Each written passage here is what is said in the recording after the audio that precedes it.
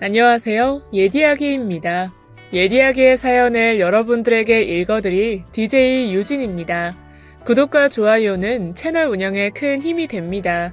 꼭 부탁드리며 저는 여러분들의 댓글도 모두 읽고 있습니다. 댓글도 많은 참여 부탁드릴게요. 그럼 오늘의 사연 시작합니다. 안녕하세요. 저는 서울에 사는 38세 여성입니다. 최근에 제가 겪었던 드라마 같은 일화 때문에 사연을 보내게 되었습니다.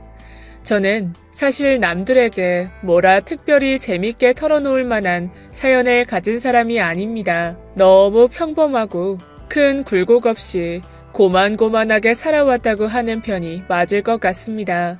전 외모도 평범하고 성격도 유순한 편이에요. 지금 결혼한 남편과는 지인의 소개로 자연스럽게 만났고 2년 정도의 연애 끝에 결혼하게 되었습니다. 남편은 20대의 어린 나이에 갑작스러운 교통사고로 아버지를 여의고 홀어머니를 모시고 살았는데 아버지가 돌아가시고 나서 경제 사정이 매우 어려웠다고 해요. 갑자기 아버지가 돌아가시고 장례를 치르자마자 당장의 생활비가 어려워질 지경에 이른 거죠. 당시 남편은 군대를 제대하고 대학을 갓 졸업한 상태여서 변변한 일자리를 마련하지 못한 상태였다고 해요. 부동산에서 아르바이트를 하며 번 돈은 한 달 생활비에 훨씬 미치지 못했고 그걸로 어머니와 둘이 생활하기에는 턱도 없이 부족했다고 하네요. 무엇보다 어머니가 아버지의 죽음으로 충격을 크게 받으셔서 일상생활이 불가능할 정도로 공황장애와 불안장애가 심해지셨다고 해요. 집에 혼자 계실 때면 밖에서 누가 본인을 위협하는 것 같다고 고통을 호소하시고 불안 증상의 두려움 때문에 외출도 못할 지경이었다고요. 집 밖을 나설 엄두조차 내지 못하니 경제활동을 생각할 수도 없었겠죠. 결국 어머니의 상태가 점점 더 악화되고 제 남편은 하고 있던 아르바이트 일도 더 이상 다니지 못하게 되었다고 해요. 결국 그나마 살고 있는 20몇 평짜리 집 하나 가진 게 전부였는데 관리비를 제때 내지 못해서 나중에는 전기가 끊기게 되는 사태까지 벌어졌고요. 남편은 집 담보로 빚을 내고 어머니를 돌볼 수 있는 집 바로 근처에 핸드폰 수리 사업을 내게 되었대요. 앉아서 작업만 하면 되는 것이니 본인 몸으로 애쓰기만 하면 큰 장소도 필요 없어서 자신의 상황에 가장 잘 맞는 일이라고 생각됐대요. 그렇게 시작한 작은 사업으로 생활이 되기 시작하고 어머니도 점점 더 안정을 찾아가시게 되었다고 쑥스럽게 고백하는 남편의 모습에 저는 무척 감동받았던 것 같아요. 스스로 일어선 남편의 모습이 무척 자랑스럽고 사랑스럽게 느껴졌습니다. 이 남자라면 내 인생을 맡겨보아도 되겠다 결심이 섰죠. 그렇게 남편과 시작한 신혼생활은 제가 생각했던 딱 그대로였어요. 넘치지도 모자라지도 않는 그런 생활이었죠. 적당히 아끼며 적당히 소비하고 저녁이면 바퀴벌레 한 쌍처럼 붙어서 영화도 보고요. 행복한 신혼생활을 보내고 너무 늦지 않게 예쁜 아이까지 생겼어요. 딸이 태어나던 날 남편이 얼마나 울었는지 몰라요. 가정이 무너질 뻔한 힘든 과거가 있던 사람이라서 그런지 지금 자기가 이루고 있는 것들이 너무도 소중하게 느껴진다고 하더라고요. 그래요. 저는 무척 행복했어요. 저런 말을 들으면서 세상에 어떤 여자가 행복하지 않을 수 있겠어요? 시간이 흐르고 아이가 유치원에 갈 나이가 되었을 때 저희 부부는 처음으로 저희 집을 마련했습니다. 혼자 계신 어머니가 살고 계신 아파트 바로 옆동이었죠. 아이가 태어나고 나서 좋은 학군, 좋은 새 아파트, 저도 왜 욕심이 없었겠어요. 하지만 남편의 마음 한구석에 홀어머니가 늘 근심거리였다는 걸 알고 있는 저였기에 주저없이 그곳으로 마련하자 배려했어요. 남편과 시어머니의 고마워하는 얼굴을 보자 저 역시 너무 뿌듯했고요. 이 정도면 내 인생 잘 꾸려가고 있다는 만족감이 가득했죠. 하지만 사람 일이라는 게 한치 앞도 모른다는 말처럼 전혀 예상하지 못했던 방식으로 제 일상에 충격적인 사건이 벌어진 거예요. 너무도 평화로운 아침이었어요. 아이를 유치원에 보내고 밀린 빨래까지 돌리고 그러고 나서 딱 커피 한 잔을 마시려고 할 때 핸드폰이 시끄럽게 울리기 시작했어요. 여보세요? 여보. 어? 목소리가 왜 그래? 무슨 일 있어? 그게 나 지금 어머니 댁에 가고 있어. 이 시간에? 가게는? 미애야, 놀라지 말고 들어. 왜 그래 무섭게. 나 사실 여동생이 있어. 그게 무슨 소리야? 무슨 말도 안 되는... 미안해. 가서 설명할게. 집에서 조금만 기다려줘. 어머니께 들렸다가 바로 갈게. 여보! 일단 끊을게. 여보! 전 황당하게 끊어진 핸드폰만 내려다보고 있었어요. 시댁에 당장에 달려가 볼까도 했지만 일단 기다려달라는 남편의 부탁이 귓전에 맴돌아서 발만 동동 구르고 있었죠. 금방 온다던 남편은 저녁때가 다 되어서야 돌아왔습니다. 그리고 남편의 입에서 흘러나오는 이야기는 정말 믿기가 힘들었어요. 오전에 잠깐 이야기한 대로 남편에게는 사실 오래전 연을 끊고 살았던 여동생이 있었다는 거예요. 시아버지가 돌아가시고 나서 가정 형편이 많이 어려웠을 때 남편의 여동생, 제 시누이는 대형 항공사의 승무원이었다고 해요. 당시 제대로 돈을 버는 사람은 시누이가 집안에서 유일하기도 했고 승무원의 월급이 낮지 않았기 때문에 남편과 시어머니에게는 시누이가 동아줄 같았다고 합니다. 하지만 시누이는 이기적이게도 그런 상황을 버티기 힘들었던 것 같았대요. 한창 꾸미고 싶기도 하고 싶은 것도 많았던 시누이는 구질구질한 집에서 벗어나고 싶다면서 뒤도 돌아보지 않고 남편과 시어머니를 놔둔 채 집을 나가버렸다고 해요. 다시는 자기를 찾지 말라는 말과 함께요. 어린 나이이기도 했고 당시 가족의 상황이 버티기 힘들었을 거라는 것도 알지만 남편은 그런 동생을 도저히 용서할 수도 이해할 수도 없었대요. 그래서 그날 이후 동생은 없다고 생각하고 살아왔다는 거예요. 그래서 제게도 이야기하지 않았고 심지어 결혼식에도 부르지 않았었다고요. 그런데 오늘 아침 그 시누이가 갑자기 어머니 댁으로 쳐들어왔다는 거예요. 홀몸도 아니고 우리 딸보다 2살 많은 아들까지 데리고서요. 그게 말이 돼? 이게? 미안해. 미안하다니. 이게 지금 미안하다고 될 일이야? 그 여자, 아니, 당신 동생은 그럼 남편은? 결혼은 한 거야? 그렇게 집을 나가고 어린 나이에 음식점 매니저랑 결혼을 했었나 봐. 그런데 왜 이제 와서 어머니를 찾아온 건데? 그게 대답해. 남편이랑 이혼을 한 모양이야. 오랜 기간 부부 사이가 좋지 않기도 했고 사는 게 막막해져서 갈 곳이 없다고 하는데 살고 있던 집에서도 쫓겨난 것 같고 이게 무슨... 말도 안 돼. 미애야, 미안해. 나도 동생과 이렇게 재회하게 될 줄은 꿈에도 몰랐어. 저는 그 자리에 주저앉아 멍하게 있었어요. 무슨 말을 듣는 건지 판단이 잘 서지 않고 정신이 좀 없었죠. 그런 저를 남편이 일으키고 물 한 모금을 가져다 준 후에야 남편에게 물었어요. 그래서 그분이 원하는 게 뭔데? 어머님 댁에서 살 건가 봐. 아들이랑?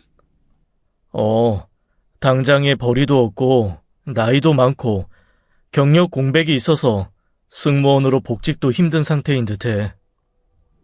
어머니 생활비 온전히 우리가 챙겨드리고 있잖아.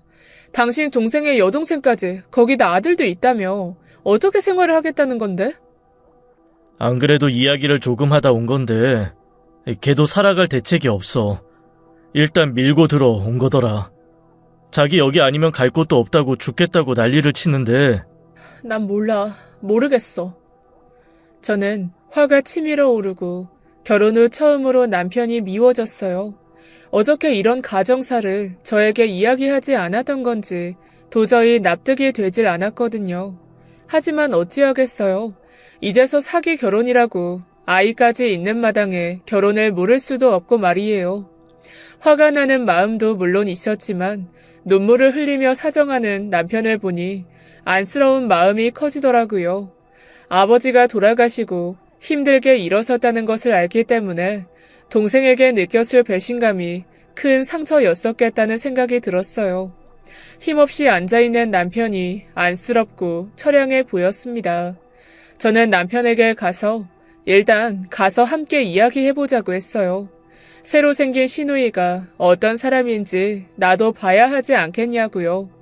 다음 날 아침 저희 부부는 아이를 데리고 시어머니 댁으로 갔어요. 무슨 말을 어떻게 해야 할지 머릿속이 복잡하고 가슴이 두근거렸어요.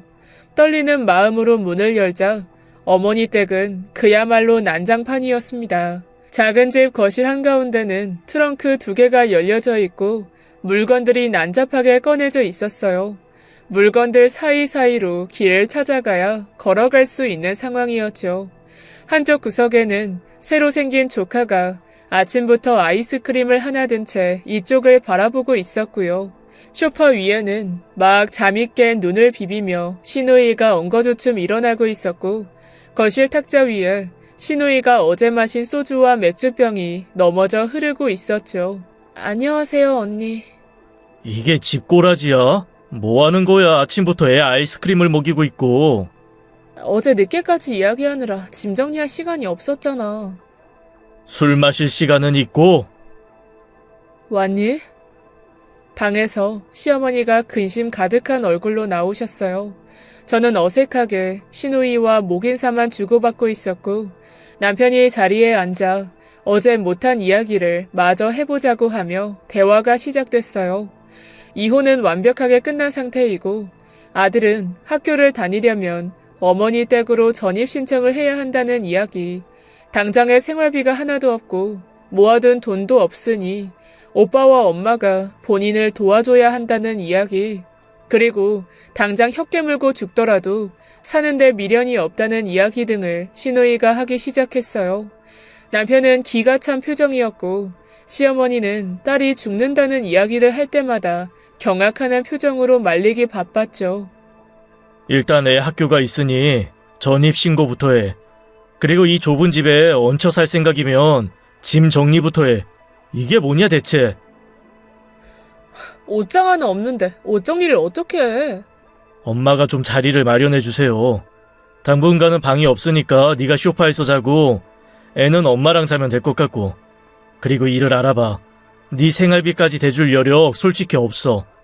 네가 했던 짓거리들을 기억한다면 지금 와서 네가 이러는 게 말이 된다고 생각해? 못 해주겠다고 하면 죽을 거야? 야! 여보, 진정해. 저는 흥분한 남편을 진정시키고 집으로 돌아왔어요.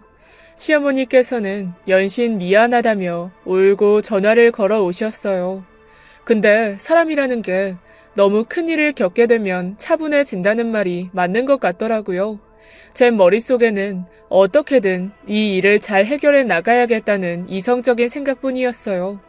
돌이킬 수 없는 이상 방법이 없잖아요. 그날 이후로 갑자기 나타난 시누이와 조카와의 동거 아닌 이웃동거 생활이 시작되었습니다.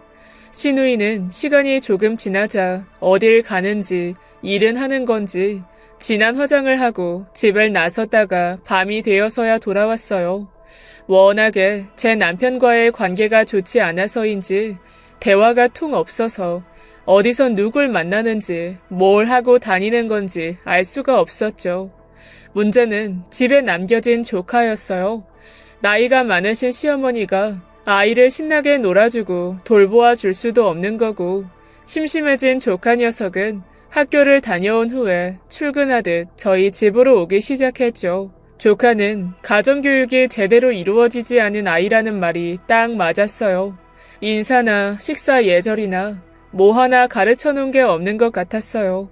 새로 산 우리 아이의 장난감을 함부로 가지고 놀다가 망가뜨리는 건 일도 아니고요. 사이좋게 놀았으면 속상하지라도 않을 텐데 있다 보면 꼭 우리 아이를 울리고 마는 거예요. 놀리고 약 올리고 뺏고 조용하던 우리 집에 아이 울음소리, 짜증소리가 퍼지기 시작했어요. 내 자식이라면 혼내고 가르치기라도 했을 텐데 아이에게 한 소리 했다가 자기 엄마한테 이럴까봐 그것도 잘 못하겠더라고요. 안 그래도 좋지 않은 남편과 시누이가 싸움이 날 게 불보듯 뻔했으니까요. 하지만 가장 큰 문제는 바로 남편과 조카의 관계였어요. 시누이를 보면 치를 떠는 남편은 이상하게도 집에 놀러와 있는 조카를 보고는 자꾸 안쓰러워하는 거예요. 피라는 게 진짜 있기는 한 건지 시누이를 꼭 닮은 조카를 보면서 자기 어릴 때 같다는 말도 종종 내뱉곤 하고요. 딸만 오기야 금이야 키우던 우리 남편은 조카를 마치 아들 대하듯 하며 귀여워했어요. 아빠의 빈자리가 큰 조카는 저희 남편을 보면 뒤집어질 듯 좋아하면서 쫓아다니고 매달리고 난리가 났어요. 문제는 조카가 남편 때문에 제 딸을 질투하는 것이었습니다. 우리 딸이 아빠 품에 안겨있기라도 하면 멀찍에서 노려보고 그 사이로 파고들고요. 셈이 나서 툭툭 밀고 넘어뜨리는 장면도 몇 번씩이나 목격하게 되더라고요. 시누이에게 차가운 남편은 이상하리만큼 조카에게만은 한없이 넓은 이해심을 발휘해주고요. 뿐만이 아니에요. 그 전까지는 주말이면 우리 가족은 여느 다른 가족들처럼 셋이서 자주 놀러 다니곤 했었어요. 계곡이든 공원이든 놀이동산이든 말이에요. 하지만 어느 순간부터 너무 자연스럽게 조카를 항상 동행하게 되었습니다. 솔직히 말이 쉽지 한두 번도 아니고 매주 매 때마다 이런 일이 반복된다고 생각해보세요. 아이가 둘이다 보니 정신적인 부분도 체력도 2배가 드는 건 당연하고요. 들어가는 입장료, 식비 등등 경제적인 부분도 우리가 감당해야 할 몫이었어요. 시누이는 너무도 자연스럽게 늘 함께하지 않았고요. 두 아이를 데리고 다니는 시간이 너무도 화가 나고 참을 수 없을 만큼 짜증이 치솟았어요. 그때부터 평생 싸움 한 번 없던 우리 부부가 언성이 높아지기 시작한 거예요. 언제까지 이렇게 함께 다녀야 돼? 한두 번도 아니고. 이해해줘. 어린데 불쌍하잖아. 주말에 혼자 할머니랑 뭐 하겠어. 아니, 그렇다고 매주 이런다고? 거기다가 애 엄마는 뭐 하는데? 어떻게 자기 자식을 맡겨놓고 한 번이라도 이번 주는 제가 볼게요. 말 한마디가 없어? 오죽했으면 나도 인연 끊고 살았겠어, 미애야. 나도 답답해. 이건 아닌 것 같아. 나 계속해서 이렇게 조카 데리고 다니고 못하겠어. 아니, 여보. 당신 이렇게 냉정한 사람이었어? 냉정? 지금 그걸 말이라고 해? 그리고 당신 조카 몰래 우리 민지 때리고 하는 거 알아 몰라? 지금 당신 그 동정심 때문에 피해보는 건 나랑 당신 딸이라고. 할 말이 없어진 남편은 늘 자리를 피해버리곤 했어요. 하지만 달라지는 건 없었죠. 저 역시 아이를 키우는 입장에서 혼자 남겨진 조카를 놔두고 우리 식구끼리만 뭉쳐다닌다는 게 죄책감이 들기도 했지만 좋은 마음으로 대하기가 너무 힘들었어요. 게다가 어느 순간부터는 시어머니의 경제적인 어려움을 호소받기까지 이르렀죠. 저녁 먹었니? 여보세요? 예, 엄마. 저녁 잘 드셨어요? 그냥 있는 거 먹었다. 다름이 아니라 혹시 이번 달에 여유가 좀 되니? 무슨 일이세요? 그게 준석이가 아파해서 오늘 치과에 데려가 봤더니 충치가 많더라고. 치료비가 얼추 다하니 50만 원이 넘게 나오겠던데. 아니, 애가 아침부터 아이스크림을 달고 살고 하는데 충치가 생기지. 아니, 엄마는 뭐 한다고 애 그런 거 안 챙긴대요. 애 엄마는 뭐 한대요? 걔야 어디서 뭐 하는지 늘 바쁘니. 엄마. 그래도 애 이는 치료해야 하지 않겠니? 미안하다. 엄마가 능력이 없어서. 엄마. 일단 알겠어요. 이번 달은 좀 더 넣어드릴게. 미안하다. 고마워. 통화를 듣는 내내 가슴이 답답하고 터질 것 같았어요. 지옥 같은 이 상황이 언제쯤 끝날지 조카도 남편도 어머니도 다 미워지기 시작했습니다. 내가 어쩌자고 여기로 이사 오자고 했을까? 내 자신도 원망스러워지기 시작했고요. 하루가 멀다 하고 에어컨이 하나여서 불편하다. 너무 더운데 식구가 많아서 하나 더 사야 할 것 같다. 혹은 식비가 너무 많이 든다. 조카가 학교를 다녀야 되는데 입을 옷이 너무 없다 등등 점점 더 구체적으로 요구사항이 늘기 시작했죠. 시누이는 여전히 어디서 뭘 하는지 감감무소식이고요. 저녁 늦게 술에 취해 돌아오는 일이 많아졌고 감정 기복도 심해졌어요. 조금만 싫은 소리를 들어도 울고불고 죽고 싶다고 하니 시어머니도 당최 어찌 다뤄야 할 줄을 모르는 입장이었어요. 답이 없는 일상의 반복에 저는 점점 지쳐갔습니다. 그러다가 크게 사단이 한번 났어요. 그날도 어김없이 방과 후에 조카가 저희 집으로 찾아왔어요. 조카와 우리 딸이 집에서 뛰고 노는 통에 안 그래도 복잡했던 머릿속이 터질 것 같았어요. 차라리 집보다는 나가서 놀자며 두 아이를 데리고 놀이터로 내려갔죠. 조카는 놀이터에 오자마자 쌩하고 뛰어가 버리고 더딘 걸음으로 우리 딸이 오빠를 쫓아갔습니다.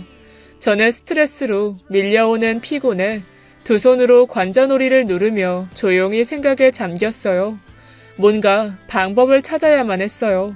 내 코가 석자인데 시어머니의 시누이의 조카까지 내가 무슨 자원봉사자도 아니잖아요. 거기다가 우리 딸은 또 어때요? 조카 녀석의 등살을 피해만 보는 것 같고요. 애정이 담긴 눈으로 조카를 바라보는 남편 생각을 하면 부하가 치밀어 올라서 참을 수도 없으니 이혼을 하자 엄포를 놓더라도 이사를 가야 하는 게 아닌가 별의별 생각이 다 들었죠. 그때였어요. 어디선가 들려오는 아이의 울음소리에 눈을 번쩍 떴습니다. 놀이터에 많은 아이가 있더라도 자기 아이 울음소리는 귀신같이 알아보게 되잖아요. 저는 벌떡 일어나 정신없이 울음소리가 들리는 방향으로 뛰어갔어요. 우리 딸이 주저앉아 울고 있고 입에서는 피가 흘러나오고 있었어요. 놀란 마음에 아이 입을 벌려보니 얼굴로 넘어지면서 이가 입 안쪽 살을 찢었더라고요. 딸 옆에는 조카가 민망한 듯 머리를 긁적이며 꾹 담은 입으로 멀뚱히 서 있었고요. 나도 모르게 빽 하고 거친 목소리가 터져 나왔습니다. 이게 무슨 일이야? 어머, 이 피 좀 봐. 그게... 준석이 너 동생을 이러면 돼? 어? 에이, 엄마 아파. 괜찮니? 들어가자. 이게 무슨 일이야 대체? 저는 울고불고 하는 딸을 안아들고서 멀뚱히 서 있는 조카를 내버려둔 채 집으로 뛰어 들어왔어요. 꾹 눌러 지혈을 시키고 상처를 살펴보니 막상 안쪽 상처가 심하지는 않더라고요. 아마 입안이라서 피가 많이 났던 것 같았습니다.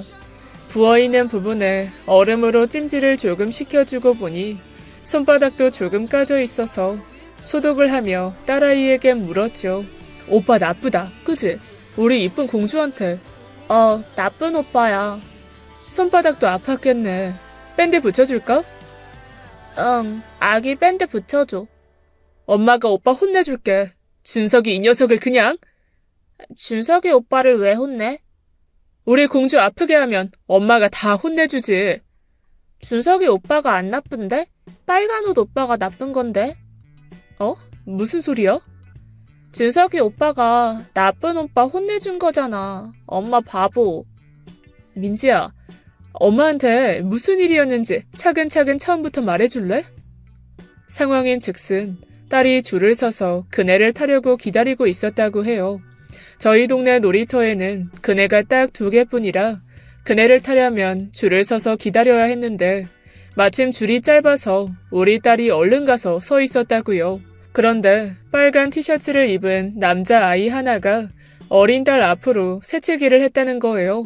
당황한 딸이 항의하자 빨간 옷을 입었던 남자아이가 네가 뭘 어쩔 거냐며 약을 올렸다고 해요. 그걸 미끄럼틀 위에서 보고 있었던 조카가 뛰어내려와 그 남자아이를 저지하려고 시비가 붙었다는 거예요. 빨간 옷을 입었던 아이가 때때로 일이 잘 풀리지 않자 홧김에 우리 딸을 확 밀어버리고 도망갔다고 말이에요. 그 오빠 진짜 나빠, 그지? 그런데 어머나. 엄마, 근데 우리 오빠는 어디 있어? 밴드 다 붙였다. 엄마, 잠깐 나가서 오빠 데리고 올게. 민지야, 잠깐만 기다리고 있어. 딸에게 만화를 틀어주고 저는 정신없이 놀이터로 뛰어나가서 조카를 찾았죠. 얼핏 살펴보니 놀이터에서 조카 모습이 보이지가 않았습니다. 놀란 가슴으로 정신없이 조카 이름을 부르면서 찾았죠. 조카는 미끄럼 아래 작은 동굴 속에서 시무룩하게 쪼그리고 앉아 있었어요. 아무 말도 하지 않고 물끄러미 저를 쳐다보는 조카의 옷에는 딸이 흘렸던 것으로 보이는 피가 묻어 있었어요.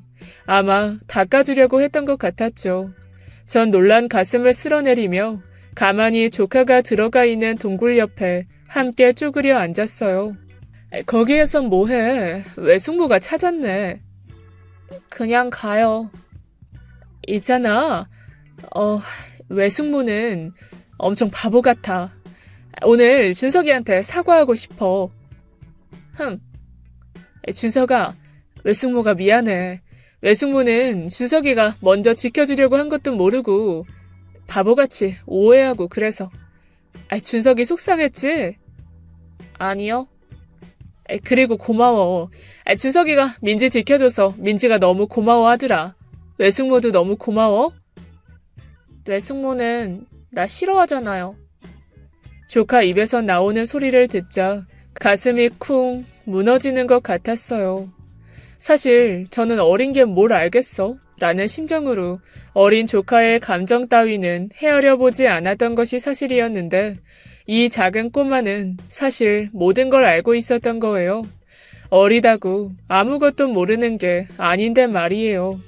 저는 밀려오는 부끄러움과 미안함에 머리가 멍해졌어요. 준서가 아까도 이야기했잖아. 외숙모도 사실 부족한 어른이야. 어쩌면 준석이를 처음 보기도 하고 아직 준석이를 잘 몰라서 외숙모가 실수했던 것 같아. 오해도 하고. 근데 이젠 진짜 이야기하고 싶어. 외숙모 사과 받아줄래?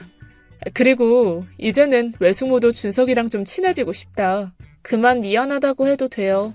일단 옷부터 갈아입자. 외숙모랑 올라가자.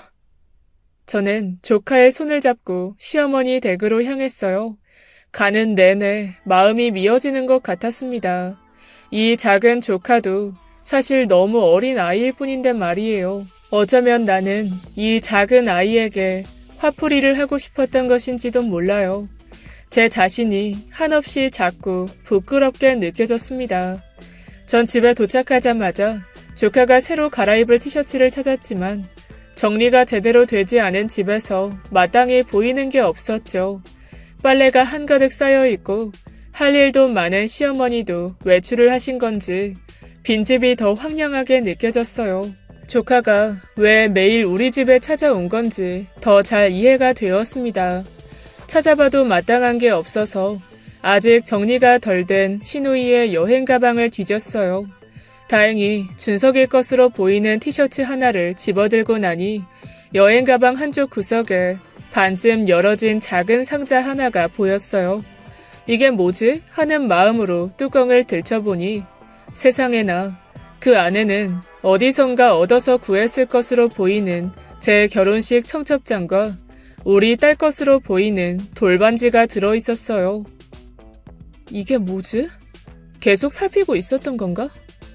반지 옆에는 건강하고 예쁘게 자라렴 고모가 라고 적힌 짧은 메시지가 함께 있었습니다.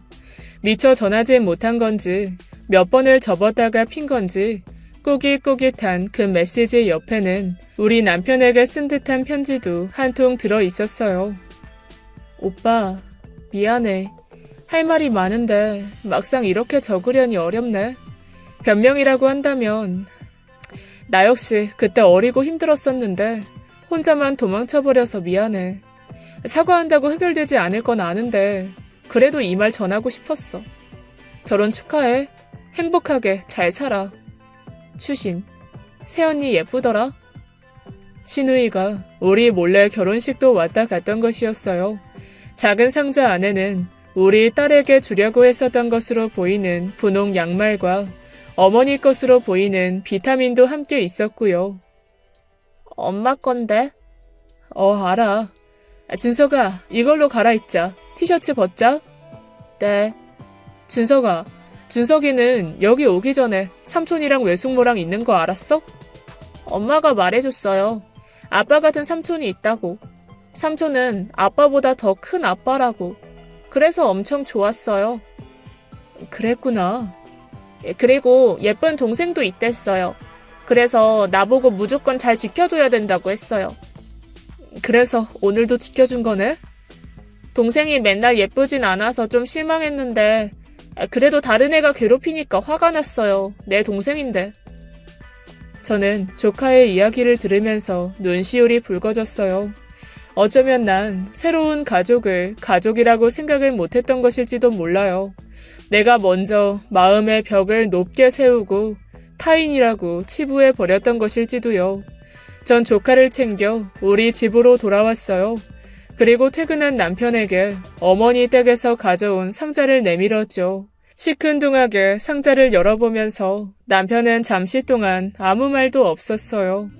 물론 그 편지와 선물 하나에 오래된 앙금이 사라지는 것은 아니었습니다. 그러나 적어도 오랜 시간 가족을 버리고 잊고 이기적으로 살아가는 줄만 알았던 동생이 반성했고 또 사과하려고 시도하려고 했던 것을 알게 되자 조금은 섭섭했던 마음이 풀어지는 것 같았죠. 미움이 너무 커서 서로의 마음을 헤아릴 기회조차 남기지 않았던 게 후회가 됐는지 남편은 조용히 눈시울을 붉혔어요. 저희 가족은 그날 저녁 삼겹살을 잔뜩 사서 어머니 댁으로 갔습니다. 그날따라 조금 일찍 퇴근한 시누이가 뻘쭘히 저희 가족을 맞이했죠. 남편은 아무 말도 하지 않고 조용히 부엌으로 들어가 저녁을 준비했어요. 헐레벌떡 나오신 시어머니가 바뀐 남편의 분위기에 솔깃하시며 연신 저에게 귓속말을 건네시고요. 푸짐하게 차려진 저녁상을 빙 둘러앉은 식구들 사이로 남편이 소주를 한 잔 따라 시누이에게 건넸어요. 멋쩍은 듯 그걸 바라보던 시누이가 잔을 받아들었고요. 저녁 같이 먹는 거 처음이네. 난 널 쉽게 용서하지 못할 거야. 알아. 그만해. 뭘 알아. 네가 우리가 어떻게 지냈는지 상상이 돼? 여보, 잘 들어. 그래도 네가 내 동생이라는 건 변하는 건 아니야. 시누이가 놀란 눈으로 멍하니 있다가 감정이 복받친 듯 울음을 터뜨렸어요. 전 말없이 시누이 등을 두드렸죠. 우리는 그날 처음 시누이의 이야기를 듣게 되었습니다. 집을 나갔던 시누이는 허영에 들뜬 삶을 꿈꿔왔다고 해요. 부끄럽지만 구질구질한 가족은 다 잊고 본인만이라도 행복하게 살고 싶은 이기적인 마음이 컸었다고요. 그러다가 고급 외제차를 타고 다니고 한강변의 멀끔한 집에 살고 있는 이혼한 전남편을 만났다고 해요. 전남편은 제법 규모가 있는 음식점의 매니저였는데 허우대도 멀쩡하고 시누이가 원하던 허영을 웬만큼 풀어줄 수 있는 남자였다고 결혼을 성급히 결심하게 되었다고 하네요. 처음에는 불화가 없었대요. 두 사람 모두 벌이가 있는 상황이었고 성인 둘이 살아가는데 부족함이 없었다고요. 그런데 예상하지 못했던 임신에 승무원을 그만두게 되자 불화가 생기기 시작된 거예요. 외제차는 부담스러운 할부가 많이 남아있는 상태였고 살고 있던 집도 월세 집이었고요. 음식점 매니저의 월급으로는 분수에 맞지 않는 모래성 같은 생활이었던 거죠. 생활비가 부족하게 되자 부부싸움이 잦아지고 시누이의 전남편은 무책임하게도 집에 들어오지 않는 날이 더 많아졌다고 해요. 당연히 생활비도 주지 않았고요. 아이를 키우려니 모아둔 돈도 전부 써버리고 월세 보증금까지 바닥이 나버리고 생활이 막막해져 왔대요. 엎친 데 덮친 격으로 전 남편은 일하던 음식점에서 관리하던 주류를 뒤로 몰래 판매하다 걸려서 사기죄로 고소당하게 되었고 감옥에 갔고요. 이혼 후에 삶이 지치고 싫어져서 아이와 죽을 결심까지 해봤지만 그마저도 용기가 없어서 해보진 못했고 죽을 용기로 가족을 찾아보자는 마음에 시어머니 댁에 찾아왔던 거더라고요. 힘든 와중에도 태어났다는 조카 돌반지 하나는 해주고 싶었어. 차마 전해주진 못했지만 미안해. 용서해줘 오빠, 엄마. 바보 같은 기집애. 미안해 진짜로. 남편도 시누이도 눈물이 터졌어요. 그걸 바라보던 저와 시어머니도 마찬가지였고요. 그날 저녁 우리 식구들은 처음으로 서로에게 쌓았던 벽을 조금 허물었어요. 물론 모든 아픔이 씻은 듯 다 사라지려면 시간이 걸릴 테지만 그래도 불가능한 일은 아니잖아요. 우린 가족이니까요. 외출이 잦던 시누이는 골프장 캐디로 취직했던 것이었어요. 처음에는 일이 힘들고 배울 게 많아서 혼도 많이 나고 실수도 많았었는데 본래 승무원이기도 했었고 서비스직에 종사하던 가닥이 있어서인지 금세 적응을 잘했다고 해요. 지금은 우수 캐디 명단에도 올라가고 손님들 반응도 좋아서 보람도 느끼고 벌이도 나쁘지 않게 생활을 꾸려가고 있고요. 저 역시 조카를 남이 아닌 내 가족처럼 키우기로 마음을 먹고 나서는 혼도 내고 칭찬도 하고 내 아이를 바라보는 시선처럼 조카를 바라보려고 노력했어요. 똑똑한 녀석이라 그런지 예의범절도 금방 익히고 학교 생활도 잘하고요. 사람이 마음먹은 대로 보인다는 말처럼 처음에는 믿기만 했던 조카가 이제는 진짜 제 조카처럼 느껴지더라고요. 제 딸과 조카가 다툴 때도 예전에는 그저 모든 게 조카 탓으로만 여겨졌는데 이제는 그저 애들이 놀다 싸우려니 하고 중재하고 넘어가게 됩니다.